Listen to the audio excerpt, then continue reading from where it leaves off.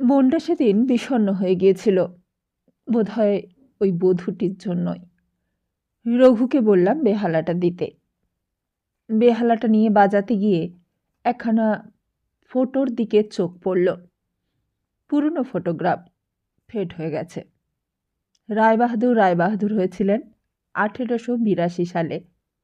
সেই সময়ের চোগা চাপকান পাগড়ি পরা ফটো, হাতে সনদ। বলতে ভুলেছি সুলতা, সেকালের কতগুলো ফটো কাছারিতে পড়েছিল, কাঁচ ভেঙে ফ্রেম ভেঙে। সেসবগুলো আমি নিয়ে এসেছিলাম। রায়বাহাদুরকে বললাম, তোমার একেবারে মুছে যাওয়া উচিত ছিল। হঠাৎই রঘু এসে ডাকলে। মেজ ঠাকুরমা আসলেন। এইখানেই ডাকো। নিচে যে ঘরটায় এখন বাইরের লোকজন বসে, সেইখানেই আমি বসেছিলাম। মেজদি এখানে না আসেন তা নন, কেউ না থাকলে তবে আসেন। রঘু বললে, আরও মায়া ছিলিয়া আছে। আরও মেয়ে ছেলে নতুন বহুলিয়ে আসছেন। ও, একটা দীর্ঘ নিঃশ্বাস ফেলে উঠে গেলাম। নমস্কার। আমরা শুনছি তারাশঙ্কর বন্দ্যোপাধ্যায়ের লেখা উপন্যাস কীর্তিহাটের কর্তা। আসুন শুনে নি আজকের পর্ব। আমার শ্রোতা বন্ধুদের জন্য অনুরোধ রইল, যারা নতুন তারা চ্যানেলটিকে সাবস্ক্রাইব করবেন প্লিজ, আর যারা পুরনো তারা লাইক কমেন্ট শেয়ার করতে ভুলবেন না। তাহলে চলুন শুনে নেওয়া যাক আজকের পর্ব। মেজদি আমাকে দেখেই বললেন, দেখ ভাই নাতি, ব্রজ কেমন বউ এনেছে। তুই এইবার বিয়ে কর ভাই। নাতবো, এই হলো সুরেশ্বর, তোমার দেওর। আর আমার চুলের কালো রং, মুখের অন্নদাতা, রায়বাড়ির পঞ্চপিদিমের ঘিয়ের প্রীদিম। আমি অবাক হয়ে গেলাম সুলতা, চোখে বিশ্বাসই করতে পারছিলাম না। এ কি বউ, এ যে পরমা সুন্দরী মেয়ে। বউটিও অবাক হয়ে আমার দিকেই তাকিয়েছিল, সঙ্গে রায়বাড়ির গন্ডা দেড়েক আইবুড়ো মেয়ে। দেখতে তারা সুন্দরী। বিয়ের বয়স 4টের বয়ে যাচ্ছে। তারা নতুন বিয়ে এবং নতুন বউয়ের রসে মগ্ন, গা টেপাটেপি করে হেসে যাচ্ছে। আমি বললাম, নমস্কার। মেয়েটিও বললে, নমস্কার। বললাম, বসুন। তোরাও বস রে মেজদি, এদের সব জল টল খেতে দাও। আইবুড়ো মেয়েদের মধ্যে সব থেকে বড় জগদীশ্বর কাকার মেয়ে অর্চনা। সে বললে, আমরা তো শুধু জল খাবো না, তোমার বাজনাও শুনবো। ব্রজদা বললে বউ গান জানে, তুমি বাজাও আর বউ গান করবে। অবাক লাগলো, প্রমোদ তো নটরাজ জগদীশ্বর কাকার মেয়েটি এমন। মেজদি বললে, আর তুই নাচবি? সে আমি কেন, তুমি নাচবে। কেন লা, আমি নাচবো কেন? বিয়ে বিয়ে করে খেপেছিস দাদার সামনে ধেই ধেই করে নাচ। দাদা তাহলে বিয়ে দিয়ে দেবে তাড়াতাড়ি, একটা গতি হবে। এরই মধ্যে একটা ডাক শোনা গেল, ভাই রাজা বাহাদুর কই, কোথায়? ওরে বাপরে, করেছো কি তুমি রাজা? এ যে সত্যি সত্যি মহারাজা হয়ে বসে গেছো ভাইয়া।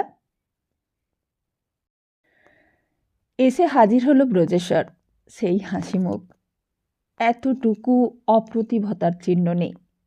পরনে সুট, চমৎকার চেহারা হয়েছে, দেহের শীর্ণতা আর নেই। এসেই হাতখানা চেপে ধরলে।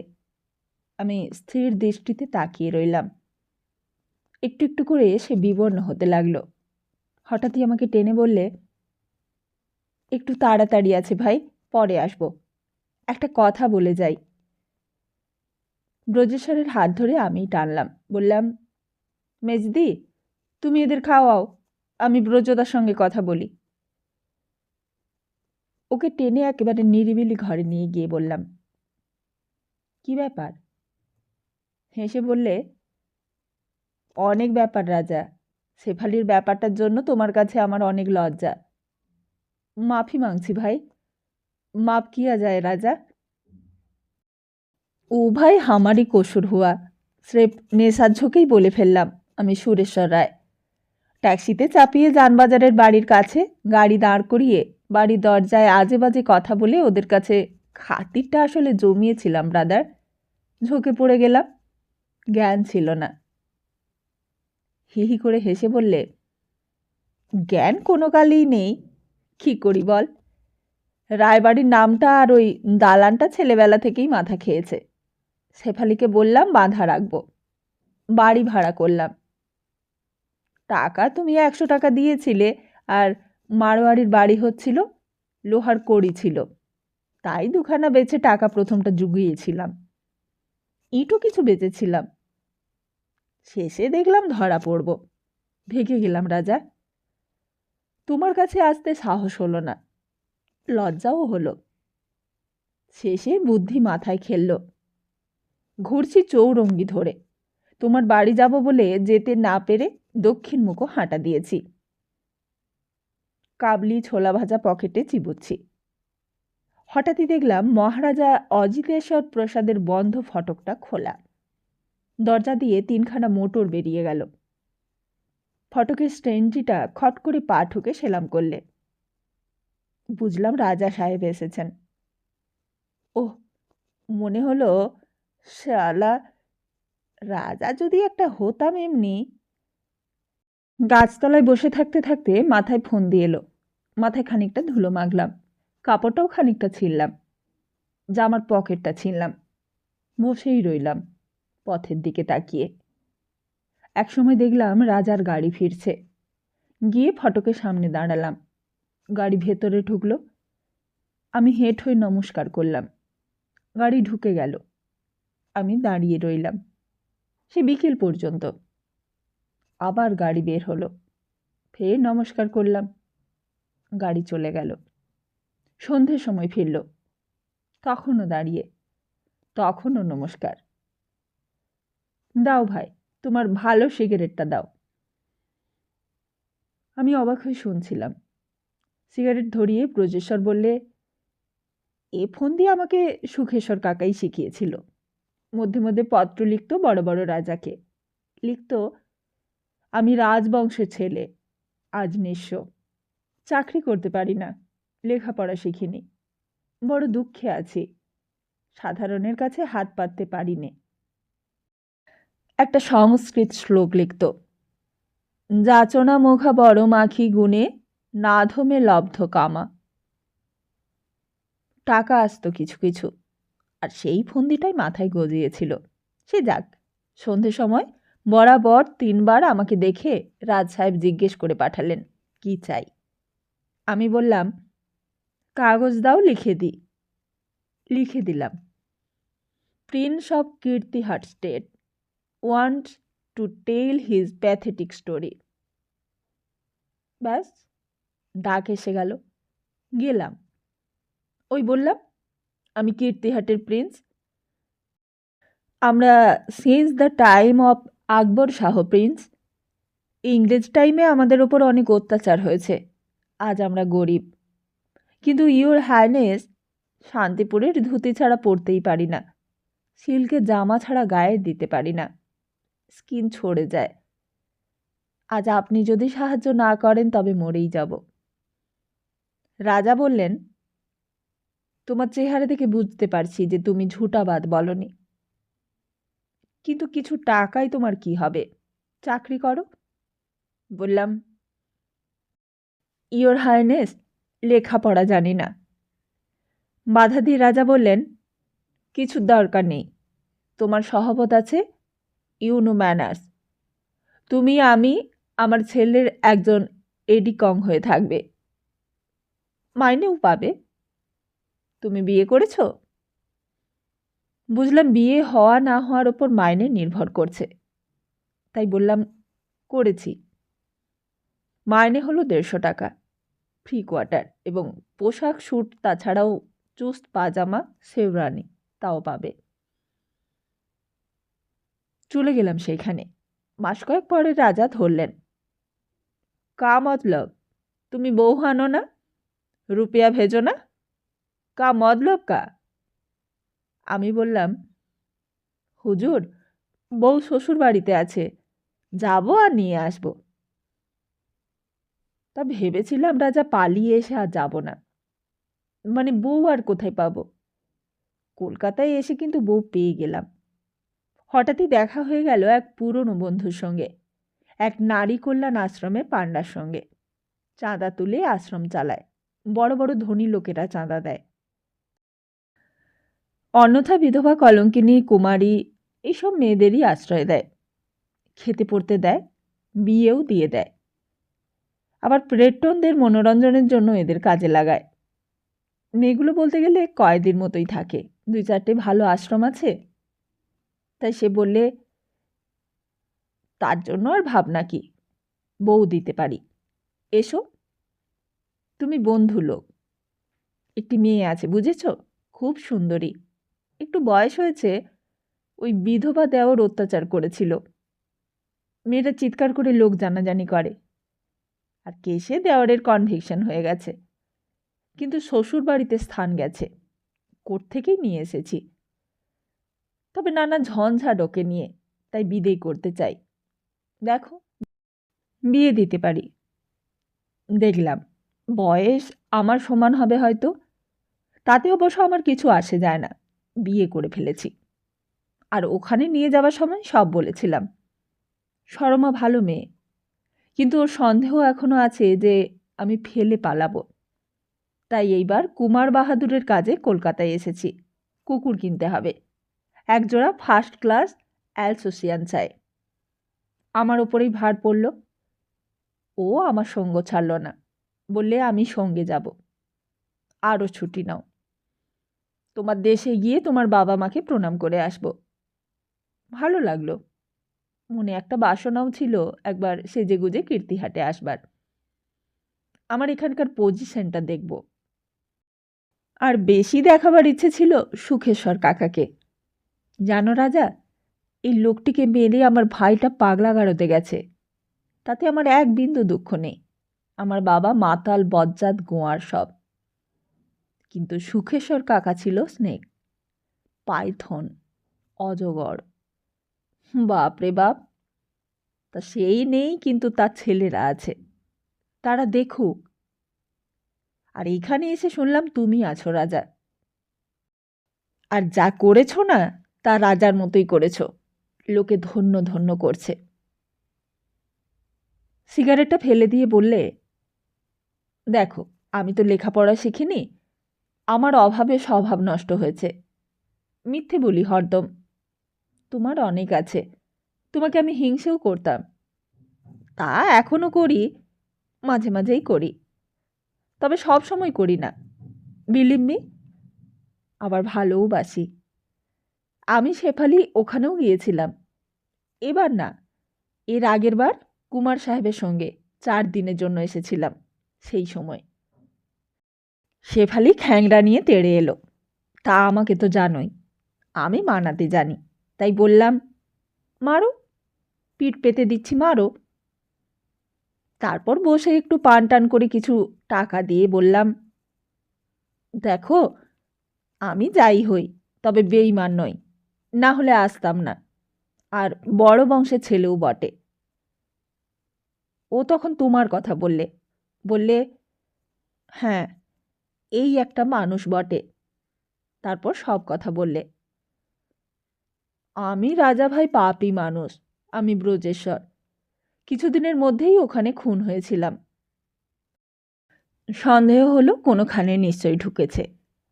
পথে ঘুরে বেরিয়েই প্রথম সাহস সঞ্চয় হয়।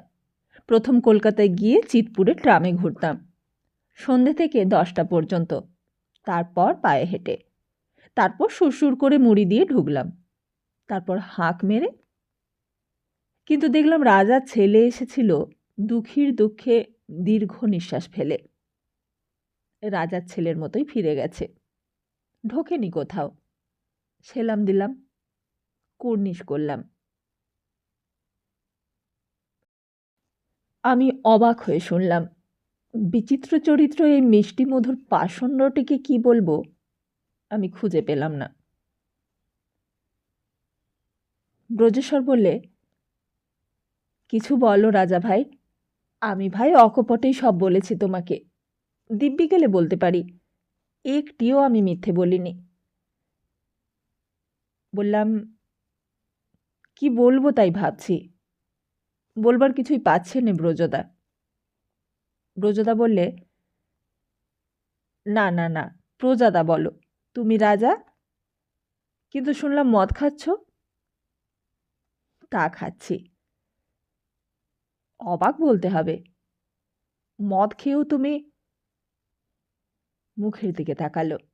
জিজ্ঞেস করলাম, কি?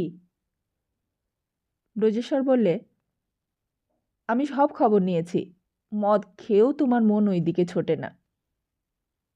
কোন দিকে? কোন দিকে আবার? শিব ছুটেছিল মোহিনীর পেছনে। এখানে পটুরা গান গায়, শিব বাগদিনীর পেছনে বাগদি পাড়ায় ঘুরত। ব্রহ্মা মদ খেয়ে নিজের কন্যা সন্ধ্যার দিকে তাকিয়েছিল। মানুষের কথা তো বাদই দাও, মদ খাও, খেয়ে মন ছোটে না? এখানে এমন সোনার চাঁদ গোয়ান পাড়া, ছুরিদের যেমন দেহ তেমনই রং। ওরা একসঙ্গে মেমসাব, আবার দণ্ডকারণ্যের সবরই। তুমি এখানে মদ খেয়ে ছবি এঁকে বেহালা বাজিয়ে কাটিয়ে দিলে। চুপ করে রইলাম, মনে মনে যাচাই করছিলাম সুলতা। ব্রজেশ্বর পাষণ্ড হোক, মূর্খ হোক, যাই হোক, কথাবার্তায় রস রসিকতা যারই ফোয়ারা ছুটিয়ে থাক, তার মধ্যে দুপুরের রৌদ্রের মতো একেবারে সাদা এবং প্রখর উত্তাপের মতো সত্যের বাতাবরণ সৃষ্টি করেছিল। আবহাওয়া কথাটা ঠিক বলবো না, কারণ এখানে খাপ খাবে না। ব্রজেশ্বরকে মিথ্যে বলতে ইচ্ছে হয়নি। Prince brother? ভাবছি ব্রজেশ্বরদার। না ভেবে তো বলা ঠিক হবে না। জানো কেন জিজ্ঞেস করছি? কেন? দেখো, সুরেশ্বর কাকা একেবারে ঔরঙ্গজেব ছিল। সে যদি ভাই অমনি বাদশাহীর আসরে প্রিন্স হয়ে জন্মাতো, তবে ঠিক ওই খেলই খেলত। ইউনিয়ন বোর্ডের প্রেসিডেন্ট ছিল, ঠিকেদারিও করত। আমাকে নিয়ে আমার বেনামে ঠিকেদারি চালাতো। বলেছি তো, নেটিভ স্টেটে পর্যন্ত চিঠি লিখত কায়দা করে। তাতে মধ্যে মধ্যে মাঝে 20-50-100ও এসেছে। রায়বাড়ি সম্পত্তি, দাদুর মতো ধুরন্ধর। তার কাছ থেকেও বেনামে বন্দোবস্ত নিয়েছি। আমি জানতাম বলে কিছু কিছু টাকার ভাগ আমাকে দিত, কিন্তু তার চেয়েও বড় কাণ্ড করেছিল। রায়বাড়ির সব মোক্ষম দলিল কাগজপত্র হাতিয়ে রেখেছিল। দাদু যে দাদু, সেও জানতে পারেনি। তিনি সেরেস্তা থেকে অনেক কাগজ খাতা সরিয়ে রেখেছিলেন। তিনি ঠাকুরের সিন্দুক থেকে গহনা বের করে গলিয়ে বিক্রি করিয়েছিলেন। জমা খরচের জোচ্চুরিতে মারলেন। কিন্তু সুখেশ্বর কাকা সেই সময় সরালেন রাজরাজেশ্বরের মুকুট, তার থেকে পাথর, আর সরালেন কখানা দলিল, কখানা বাঁধানো খাতা। একখানা খাতা ইংরেজিতে লেখা, বীরেশ্বর রায়ের ডায়েরি গোছের, আর একখানা রায় বাহাদুরের ডায়েরি। বুঝেছ? তা সেই খাতা কোথায়? আমি সোজা হয়ে বসেছিলাম। সুখেশ্বর কাকা একটা শক্ত ট্রাঙ্কে ভরে রেখেছিলেন নিজের শোবার ঘরে মাথার শিয়রে। মধ্যে মধ্যে বলতেন, এটা তোমাদের, তোমার বাবার সম্পর্কে। ভারী হিংসে ছিল তার। যোগেশ্বরদারও তা হতেই হবে, যোগেশ্বরদার হবে, দেখবি। তোমার মা যখন যোগেশ্বর জ্যাঠার দেবতর পত্তনি নিলেন, বাড়িও কিনলেন, তখন বলেছিলেন, বাবা মরুক, তারপর আমি পাশা উল্টে দেব। মোক্ষম অস্ত্র আছে আমার কাছে। আমি অধীর হয়ে উঠেছিলাম। বলেছিলাম, আমি টাকা দেব ব্রজদা, তুমি দিতে পারো সুখেশ্বর কাকা ছেলেদের কাছ থেকে ওই খাতাখানা? সুবুর রাজা ভাই, সুবুর করো। ওই বিলকুল দপ্তর হামারা পাশ হ্যায়। গোপেশ্বর যেদিন খুন করলে মেজকাকে, তার দিন তিনেক পর ঠিকেদারির বিল করবার জন্য খাতা বার করতে গিয়ে সেই ট্রাঙ্কটা আমি খুলেছিলাম, এবং সেই সময় কি মনে হলো ওই দপ্তরটি আমি বের করে নিয়েছিলাম। সে আমি কিছু পড়েও ছিলাম, ইংরেজিতে লেখা। সে কতকালের লেখা, আমি ঠিক পড়তে পারিনি। কিন্তু রায় বাহাদুরের ডায়েরি আমি পড়েছি। ডায়েরি খুব সংক্ষেপে, তবে তার মধ্যে মাঝে মাঝে বড় বড় লেখা আছে। মানে দিল খুলে লিখেছেন। অনেক বড় বড় কথা, ভালো ভালো কথা আছে তাতে। মধ্যে মধ্যে এমন চিত্তচঞ্চল হয়, কামার্ত হইয়া উঠি। তখন দিগ্বিদিক জ্ঞানগম্যি সব তিরোহিত হইয়া যায়। মন বলে, তুমি ধনী জমিদার পুত্র, ভূমি পৃথিবীতে আসিয়াছ ভোগ করিতে, না করিলে তুমি মূর্খ। তোমার অধিকারের মধ্যে সবই তো তোমারই, ইচ্ছা করিলেই পাইতে পারো। কেন মিথ্যে মূর্খের মতো সংযম করিয়া নিজেকে পীড়া দিতেছ? মধ্যে মধ্যে এমন চিত্ত চাঞ্চল্য ঘটে যে নিজেকে স্থির রাখিতে পারা সুকঠিন হইয়া ওঠে। দুরন্ত ক্রোধ হয় সব কিছুর ওপর। ইষ্ট নাম করিতেছি, তাহাতেই বা শান্তি কোথায়? আজ স্ত্রীকে সকলকেই তিরস্কার করি, কাছারিতে উগ্র হইয়া থাকি। দেহধারণের এই কি পাপ, এই কি শাস্তি! ব্রাদার, সে অবাক হয়ে গিয়েছিলাম। আমি আমারও ভয় লেগে গিয়েছিল পড়তে। কিন্তু কথাগুলো তো সত্য।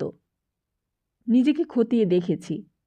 তফাৎ শুধু তিনি ছুটতেন না, আর আমি পেছন পেছন ছুটি। গালিও খেয়েছি কত মেয়ের কাছে। তা আমার ভয় লাগে ব্রজেশ্বরদা, আমার ভয় লাগে। বাবার সব কথা মনে পড়ে যায়, মায়ের মুখ মনে পড়ে। কেমন একটা দুরন্ত ভয় লাগে আমার।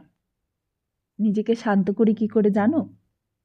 শান্ত করি যাকে ভালো লাগে তার ছবি এঁকে। ছবিতে তাকে অন্যে চিনতে পারে না, কিন্তু আমি পারি। রাজা মুখের দিকে তাকিয়ে রইল ব্রজেশ্বর। তারপর বললে, বুঝতে ঠিক না পারলেও ঝাপসা ঝাপসা বুঝেছি। তোমাকে সেলাম রাজা।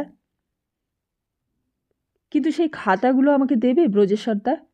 বিশ্বাস করো, আমি কাউকে সম্পত্তি থেকে বঞ্চিত করতে সেগুলো ব্যবহার করব না। রাজা সাহেব, সে আমি জানি। খাতাগুলো আমি লুকিয়ে রেখে গেছি। জানি না উইয়ে খেয়েছে কিনা। যদি না খেয়ে থাকে তাহলে আমি তোমাকে দেব। আর দেব কেন, দিয়েই রেখেছি সুরেশ্বর। কলকাতা যাবার সময় সঙ্গে নিতে পারিনি ভয়ে। কোথায় যাবে ও বাড়িতেও রাখিনি। যদি কেউ হাতায়। এই বিবি মহলে ওই কোণে একটা কুঠুরি আছে, তাতেই আছে সব ভাঙা ছবি, কাঠকাঠরা। দেওয়ালে একটা খোলা আয়রন চেস্ট গাঁথা ছিল, আমি তার মধ্যে রেখে গেছি। ওই ন্যাকড়াটার উপর কালি দিয়ে লিখে দিয়েছিলাম, রায় বাহাদুরের শ্রাদ্ধের ফর্দ ইত্যাদি। সে কেউ নাড়েনি বলেই আমার বিশ্বাস। যদি তুমি না এসে ফেলে দিয়ে থাকো। ওই ঘরটা বীরেশ্বর রায়ের বন্দুকের টোটকা থাকতো। দরজাটা খুব মজবুত, মদও থাকতো। তারপর কাঠকাঠরা ঢুকেছিল বাড়ি যখন তোমার বাবা মেরামত করান তখন। তা তুমি ওটাকে সাপটাপ করিয়ে দাওনি তো? ভেবেছিলাম করাবো, রং তুলি ছবির আড্ডা করব, কিন্তু ছোট আর আলো কম বলে করিনি। কই চলো তো দেখি, কোথায় রেখেছ? এক্ষুনি এক্ষুনি। বাধা পড়েছিল। অর্চনা আর মেজ ঠাকুমা এসে ঘরে ঢুকলেন। অর্চনা বললে, বাব্বা বাব্বা, দু ভাইয়ের কি এত কথাবার্তা চলছে গো, যার আর শেষ নেই। আমরা পিত্তিস করে কতক্ষণ বসে থাকব? মেজ ঠাকুমা বললেন, আমি বলিনি ভাই, অর্চি আমাকে সামনে করে এলো। বলে বান বিঁধলে তোমাকেই বিঁধবে। ব্রজকে ছেড়ে দাও ভাই সুরেশ্বর, বাড়ি থেকে ডাকতে এসেছে। মোর ঘুম পেয়েছে, এতটা পথ এসেছে, আমরা আজ ওদের ফুলসজ্জা করাবো, বুঝেছ? এখানে তো কিছু হয়নি। আর একটু 5 মিনিট দাঁড়াও ঠাকুমা, 5 মিনিট। তারপর না হয় ব্রজদার ফুলসজ্জাতে আমি বাজাবো আর ব্রজদা গাইবে। ওর কিন্তু সুন্দর গলা, আর কে নাচবে তার ঠিক তোমরাই করে দেবে। মনটা আমার সত্যি খুশি হয়ে উঠেছিল সেই মুহূর্তে। ব্রজেশ্বর যা দিয়েছে তাতে আমার মন একেবারে ভরে গিয়েছে। আসলে অতীতকালেরই একটা মোহ আছে। রায়বাড়ির অতীতকাল। সে আমার অতীতকাল।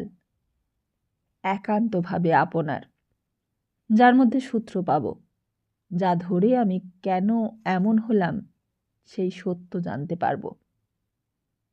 আরও আকৃতি ছিল। তোমার এবং আমার মধ্যে যে ব্যবধান হঠাৎ আবিষ্কার করেছি তা কি পূর্ণ করা যায় না? এর মূল্য তোমার কাছে কতটা মনে হচ্ছে আমি জানি না। দীর্ঘক্ষণ স্তব্ধ হয়েই শুনে চলেছিল সুলতা। কোনো কথাই বলেনি।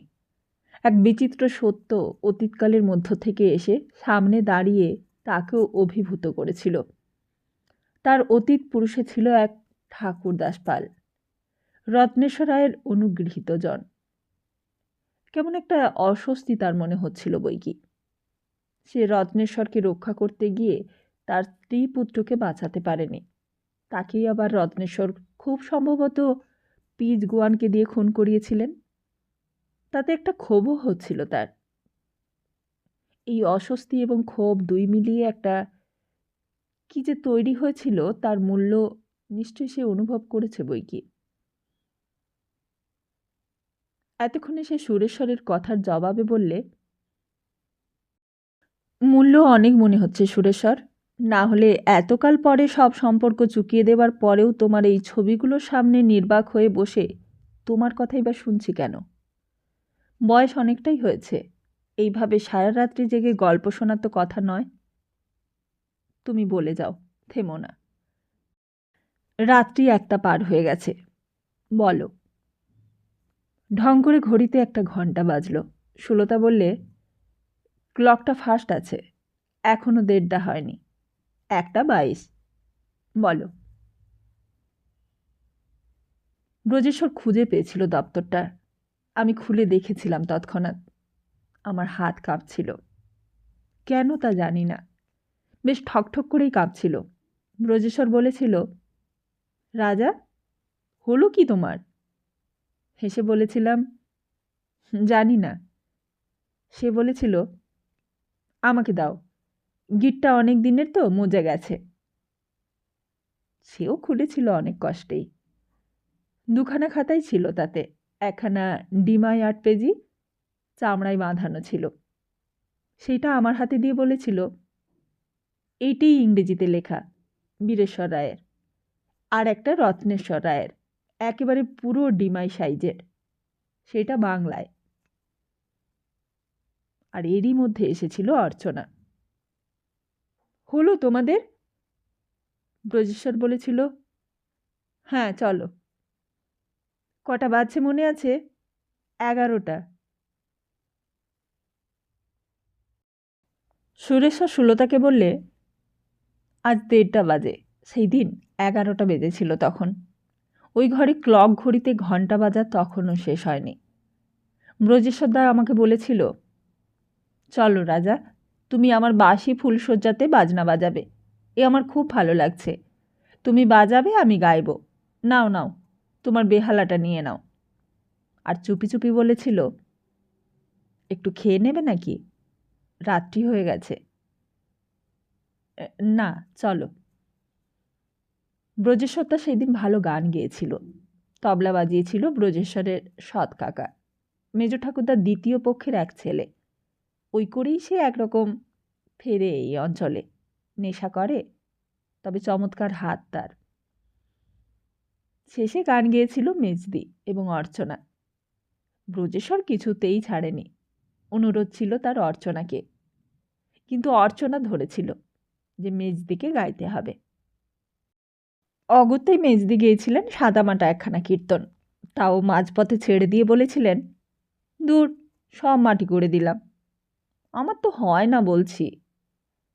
তা সত্যিই হচ্ছিল না। সুতরাং শেষ করবার কথা কেউ বলেনি। তারপর ধরেছিল অর্চনা। সুলতা, মেয়েটার গলা যেন মধু ঢালা। কি বলবো তোমাকে, কাজী নজরুলের গানের খুব চল তখন। নজরুলের একটা গজল গাইলে, আমি বেহালায় ছড়ি টানছিলাম ওর মুখের দিকে তাকিয়ে। নেশা লাগছিল। গান শেষ করলো অর্চনা। তখনও আমি ছড়ি টানছি। অর্চনা বললে, এখনো ছড়ি টানো যে? ছড়িটা তুলে বললাম, তাই তো। ঠাকুমা খিলখিল করে হেসে উঠলেন। বললাম, তা হাসতে পারো মেজদি, অর্চনার কাছে ঠকে গেছি। ঠাকুমা বললেন, দেখো যেন আবার প্রেমে পড়ে বসো না ভাই বোনে। গান শুনে প্রেমে পড়া নজির আছে। আমার দাদা শ্বশুর সাহেবী মেজাজের মানুষ ছিলেন। এই দেশের মেয়ে তার চোখে ধরতো না। ঠাকুমা, শাসিয়ে উঠল অর্চনা। ঠাকুমা তবে দমলেন না। বললেন, এক বন্ধুর বাসরে গান বাজনায় আমার দিদি শাশুড়ির কাছে ঠকে এমন প্রেমে পড়লেন যে সেই কলকাতায় বসে থেকে বিয়ে করে ব্যান্ড বাজিয়ে ঘরে ঢুকলেন। এমন অসভ্য তুমি না, ঠাকুমাগুলো এমনিই হয়। এই বলে অর্চনা উঠে গেল। সকলেই হেসে উঠল। ব্রজেশ্বরদা বলছে, এ বাড়িতে এমন মেয়ে একটাও নেই। রাত্রি তখন প্রায় 2টো। বাড়ি ফিরে এসে অনেকটুকু মদ্যপান করেছিলাম। খাতাগুলোও সামনে ছিল। যে আনন্দটুকু নিয়ে ফিরে এসেছিলাম তা তখন উত্তেজনায় পরিণত হয়েছে। ভয় হচ্ছে, আবার অদম্য কৌতূহলও হচ্ছে। সেই কৌতূহল দমন করতে পারিনি। খুলে পড়েছিলাম। মোটা একটা কাগজের খাতা, পাতাগুলো হলদে হয়ে এসেছে। মধ্যে মধ্যে লালচে ছাপ। কোনগুলো আপনা আপনি দুমড়েছে, কুঁকড়েছে। নেড়ে দেখলাম ভেঙে যাচ্ছে। সন্তর্পণে নাড়তে হবে। বেশ টানা লেখা, বোধহয় কুইন পেনে লেখা। লেখায় ভালো টান আছে। কালি আর ওই লাল হলদে রঙের বিবর্ণতার মধ্যে অস্পষ্ট হয়ে এসেছে লেখাগুলো। একটুক্ষণ মন দিয়ে 2-4টি লাইন পড়তে পড়তে টানের ছাদটা আর্টিস্টের লাইনের ঢঙের মতো চোখে পড়ল। অক্ষরগুলো স্পষ্ট হয়ে উঠল। This is not my diary. I don't keep my diary and don't like to keep diary like others. এটা আমার ডায়েরি নয়। আমি ডায়েরি রাখি না, আর অন্যদের মতো ডায়েরি রাখতে ভালোও লাগে না। প্রতিদিন কি করা হলো তা লিখে রাখারই বা কী দরকার? আজ, আগামীকাল, পরশু সব সময় একই কাজ। খাও দাও, এই কাজ করো সেই কাজ করো, তারপর ঘুমোও। প্রতিদিন রাতে শুতে যাওয়ার আগে এইসব লিখে রাখা আমার কাছে হাস্যকর বলেই মনে হয়। কিন্তু এটা অন্য কিছু। আজ এমন একটা ঘটনা ঘটেছে যা খুব কমই ঘটে। অসাধারণ কিছু, স্মরণীয় কিছু। তাই আমি সব বিস্তারিত লিখে রাখছি, পাছে ভুলে যাই। এটা ঠিক যেন কোনো কবির কাছ থেকে শোনা একটা কবিতা লিখে রাখা, যেই কবিতাটি কোনোদিনও প্রকাশিত হবে না। অনেক উচ্ছ্বাস আছে, তারপর নিজের পরিচয় দিয়েছেন। পড়তে পড়তে মনে হলো দাম্ভিক, উগ্র, শক্ত, সাহসী, বিলাসী এক রসিক মানুষ সামনে এসে দাঁড়ালেন। I am Bireshwar Roy, son of Someshwar Roy of Kirtihat. I can easily say, prince of Kirtihat. আমি বীরেশ্বর রায়, কীর্তিহাটের সোমেশ্বর রায়ের পুত্র। তা সহজেই বলতে পারি। আমি কীর্তিহাটের যুবরাজ। আমার বাবা আসলে এই জায়গারই রাজা, কিন্তু তিনি একজন ভীরু মানুষ। তিনি ধূর্ত, আর তিনি মূর্তি পূজায় গভীরভাবে আসক্ত। আমি এর বিরোধী। আমি এতে বিশ্বাস করি না। ঈশ্বর সম্পর্কে অন্য কোনো তত্ত্ব বা মতবাদেও আমার বিশ্বাস নেই। না, নেই আমার। রেভারেন্ড হিলের উপদেশেও আমি বিশ্বাস করি না। রাজা রামমোহন রায় যা বলেন তাতেও আমার বিশ্বাস নেই। তবুও আমার বাবা একজন স্নেহশীল পিতা, আমি তাকে ভালোবাসি। তবু বিয়ে করার জন্য তার বারবার করা অনুরোধ আমি উপেক্ষা করে এসেছি। কোথায় সেই মেয়ে যে আমার স্ত্রী হবে? স্ত্রী হবার মতো নিজের যোগ্য কন্যা বাংলাদেশে তিনি খুঁজে পাননি। কলকাতায় সাহেবদের পাঠশালা থেকে হিন্দু কলেজে কিছুদিন পড়াশোনার পর দেশে ফিরে এসেছিলেন বাপের সঙ্গে। এইখানে এসে রেভারেন্ড হিলকে বাড়িতে রেখে বীরেশ্বরের পড়ার ব্যবস্থা করেছিলেন সোমেশ্বর। এখানে আরও আকর্ষণ পেলেন বীরেশ্বর।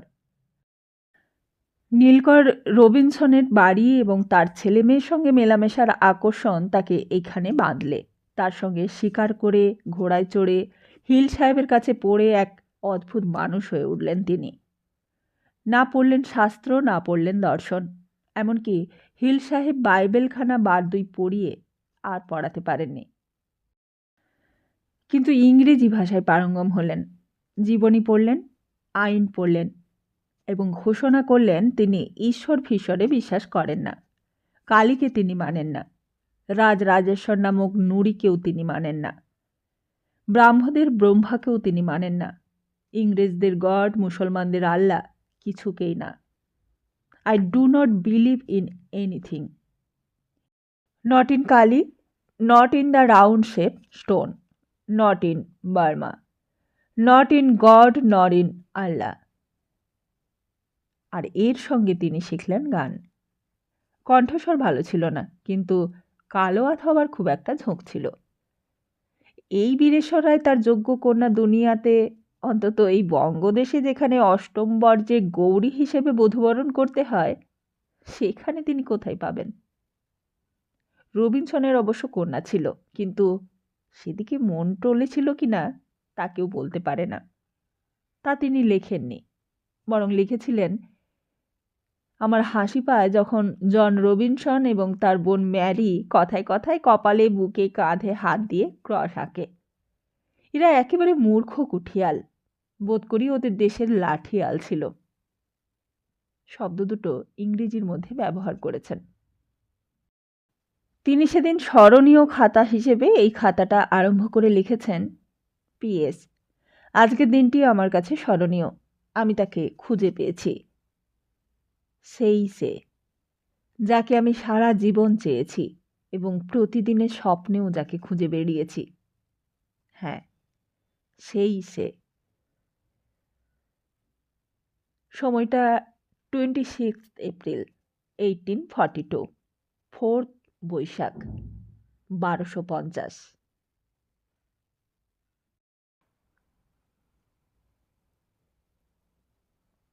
তাহলে আজকের মতো এখানেই শেষ করছি। খুব তাড়াতাড়ি ফিরছি প্রথম খণ্ডের অন্তিম পর্বটি নিয়ে।